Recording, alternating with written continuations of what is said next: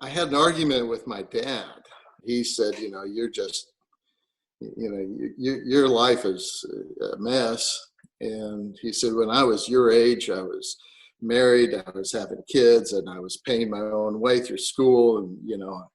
And I just looked at him. I said, well, if I had the same opportunities at my age that you had at my age, then I could do it too, And he got real quiet. And I thought, well, I won that argument and was pretty pleased with myself. And a few days later, he comes home and he said, Brad, I've arranged for you to go preach at this little country church down the road here in West Virginia. I said, preach? I said, I haven't been to church in years. He said, well, yeah, but you told me that if you had the same opportunities at your age that I had at your age, you could do it. And at your age, I was a preacher. And so I was stuck. And I figured, well, what am I going to do? Well, I've heard enough sermons from my dad, and I got out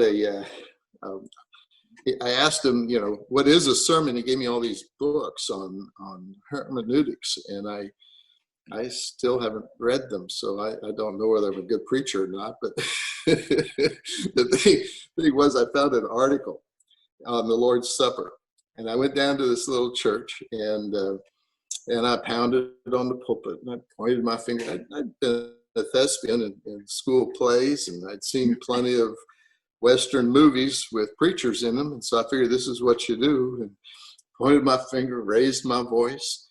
And the search committee came up to me afterwards and said, you're our boy.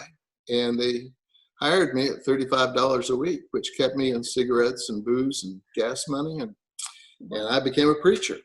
And I was preaching. I had to prepare a sermon every Sunday. So at some point I had to read my Bible and come up with something to say to these people. And this went on for a year. Why? Until, it was crazy. But then, amazing. Yeah, this friend of mine, a girl from Arizona who was studying nursing that I knew from Lebanon,